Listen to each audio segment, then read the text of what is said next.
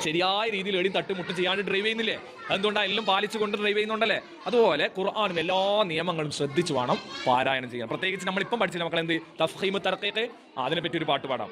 തഫ്ഹീം തർഖീഖ് എപ്പയും ശ്രദ്ധിക്കണേ, തകരാറ് ഗുരുതരമാണതെന്നും ഓർക്കണേ.